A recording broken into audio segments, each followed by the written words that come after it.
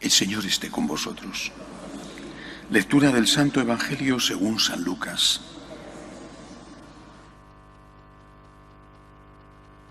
En aquel tiempo Jesús reunió a los 12 y les dio poder y autoridad sobre toda clase de demonios y para curar enfermedades.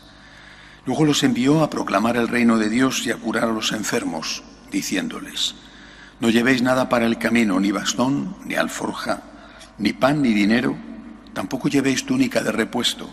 Quedaos en la casa donde entréis hasta que os vayáis de aquel sitio. Y si alguno no os recibe, al salir de aquel pueblo, sacudíos el polvo de los pies para probar su culpa.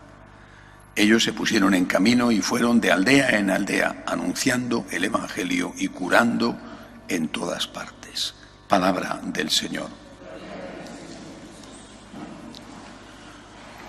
Cuando estás en América viviendo un tiempo, conociendo la realidad, no como un turista, en unos países más que en otros, Centroamérica en general es más intenso, te das cuenta del avance extraordinario que tienen las sectas. Nosotros le llamamos sectas, ellos se llaman a sí mismos iglesias. Es un avance que en algunos países, por ejemplo Honduras o Guatemala, están ya superando a los católicos. Y una de las características de estos grupos, de estas nuevas religiones o nuevas comunidades eclesiales, es el entusiasmo por Cristo. Es verdad que te sorprende con una mentalidad europea y católica, te sorprende ver que sus pastores, algunos de ellos por lo menos, viven de una manera espectacular, lujosa.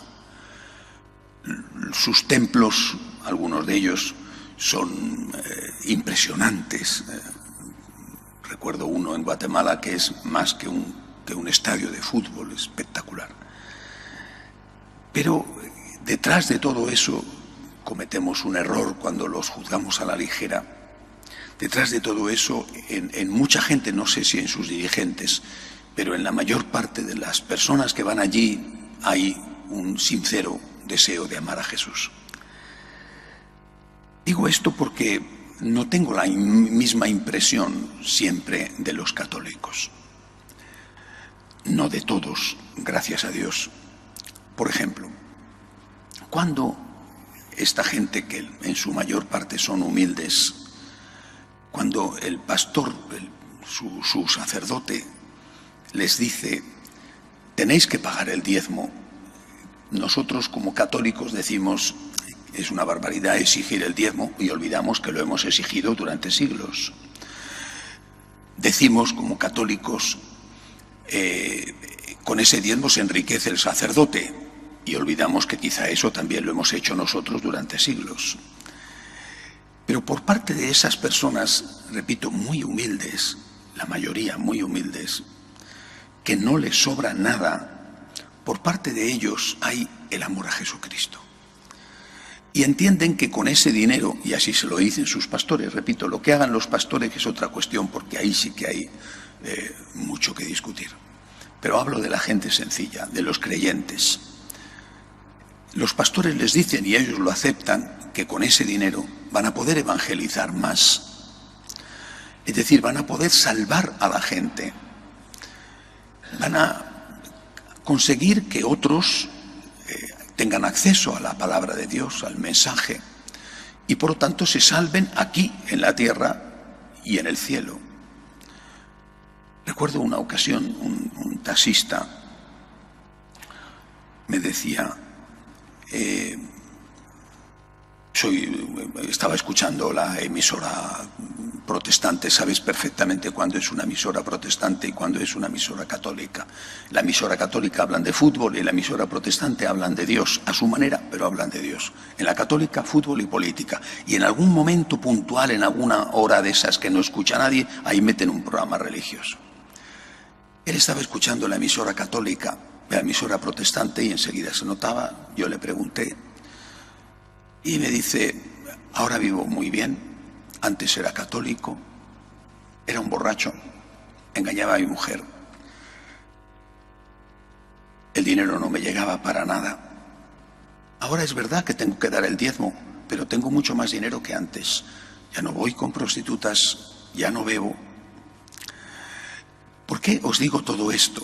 Porque yo tengo la impresión de que siendo la Iglesia Católica en la verdadera, si no, no estaría aquí, siendo la Iglesia Católica la verdadera, no estamos haciendo bien lo que manda Jesús. ¿Qué dice Jesús? ¿Qué cuenta hoy Jesús en el Evangelio? Dice claramente, id y evangelizad y curad a los enfermos. Es decir, el primer mandato es evangelizar. Esta es la primera tarea que nos deja el Señor. Pero como hemos perdido nosotros los católicos, en su gran mayoría, hablo de los católicos practicantes también, hemos perdido la fe en la vida eterna y hemos perdido la experiencia de que nuestro Salvador es Cristo y de que sin Cristo seríamos muchísimo peor de lo que somos y que por tanto lo mejor que nos ha ocurrido en la vida no es tener dinero, tener una carrera, tener un buen piso, tener un buen coche, triunfar, sino que lo mejor que nos ha podido pasar en la vida es haber encontrado a Jesús.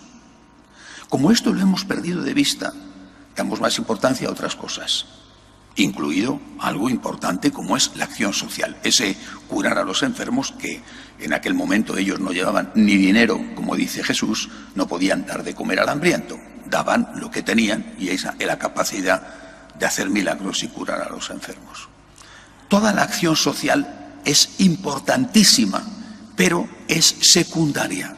Las cosas secundarias no significa que no sean importantes, no tenemos por qué despreciar lo secundario. Si lo esencial es vivir, dormir en una buena casa y en una buena cama, es secundario, pero es importante. Pero es secundario. Lo hemos olvidado. Hemos puesto las cosas al revés. Por ejemplo, ¿qué católicos dan el diezmo? Alguno conozco, poquísimos.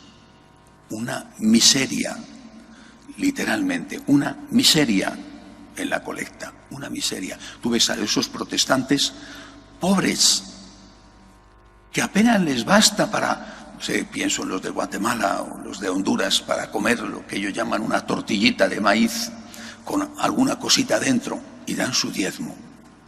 ¿Por qué? Porque nosotros somos unos míseros. No es porque no tenemos, es porque no valoramos ni la evangelización, ni en el fondo el alma, la vida eterna y el efecto que el Señor ha hecho en nuestra vida aquí en la tierra cuando le hemos conocido y nos ha salvado y nos está salvando. Tenemos un grave problema y así no se puede seguir. Y no se puede seguir por muchos motivos, porque ellos crecen, porque están también los musulmanes ahí al lado con una fe intensa y porque nos van a quitar estas comodidades y seguridades que tenemos. Esta semana se acaba de presentar en el Parlamento el proyecto de ley socialista de quitar la asignación tributaria. Y el de Podemos, Pablo Iglesias, ha anunciado que va a poner,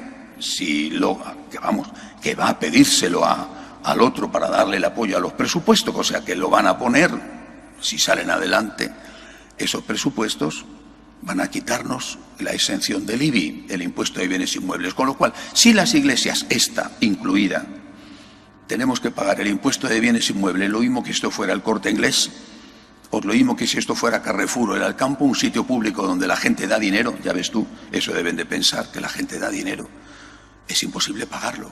Imaginaos las parroquias de los pueblos, todas las parroquias rurales en general, con algunos viejecitos porque los pueblos están sin habitantes.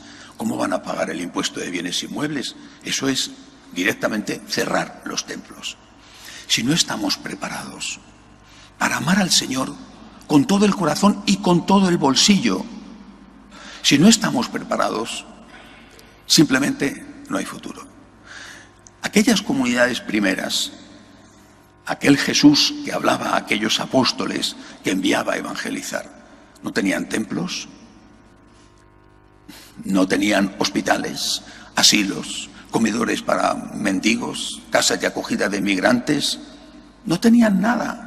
Tenían un gran amor a Cristo en el corazón y tenían la certeza de que iban a vencer en medio de las dificultades.